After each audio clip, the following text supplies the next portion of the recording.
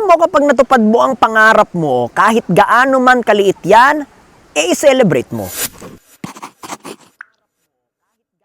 Alam mo, ang problema sa maraming tao, they compare their dreams with other people.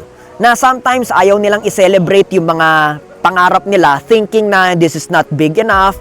Maybe other people could actually have better dreams and have better aspirations and have better activities or maybe have better result.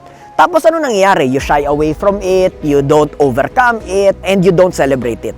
Tapos sino ang nalulungkot? Ikaw. Teka, tanong ko lamang para sa'yo. Para saan ka nga ba nabubuhay? Para kanino at para saan ka nga gumigising araw-araw? Hindi ba para sa'yo lang din naman? So, ibig sabihin, di ba dapat ang priority ay yung sarili mong kasiyahan, sarili mong aspiration, sarili mong pangarap, at sarili mong achievement. At kung nai-hit mo naman itong mga ito, hindi ba dapat ikaw ay nagse-celebrate sa iyong sarili? Aren't you supposed to celebrate yourself, to celebrate that your hard work is finally happening, that it has all been worth it, and that you've made things happen in your life? At the end of the day, when time is up, di mo naman iisipin yung ibang tao. Therefore, ngayon pa lang, wag mo nang isipin yung ibang tao.